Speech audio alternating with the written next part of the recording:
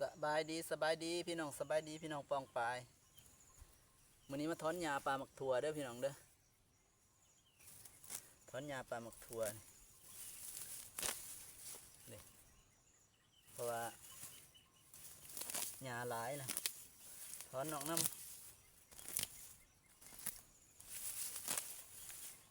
หลังจากถอนแล้วก็สิใส่ปุ๋ยให้มันเพราะว่าความงามมันบ่สมบูรณ์แล้วพี่น้อง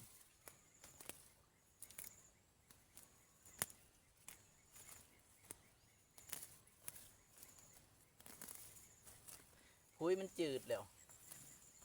ปุ๋ยมันจืดปุ๋ยมันหลิดนะบ่งามแล้วก็สิถอนหญ้าออกแล้วก็สิใส่ปุ๋ยให้ใหม่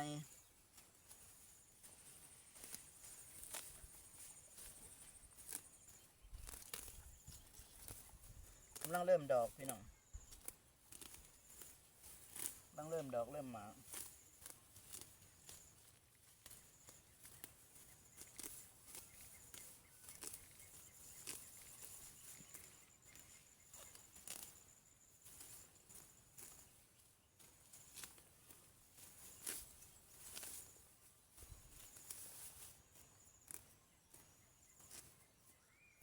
นี่มันบอกเป็นปลาหมักถั่วแล้วมันสิเป็นปลาหญ้า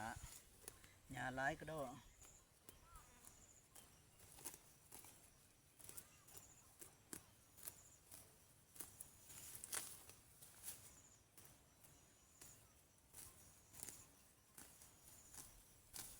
เบิ่งดูพี่น้องหกขนาด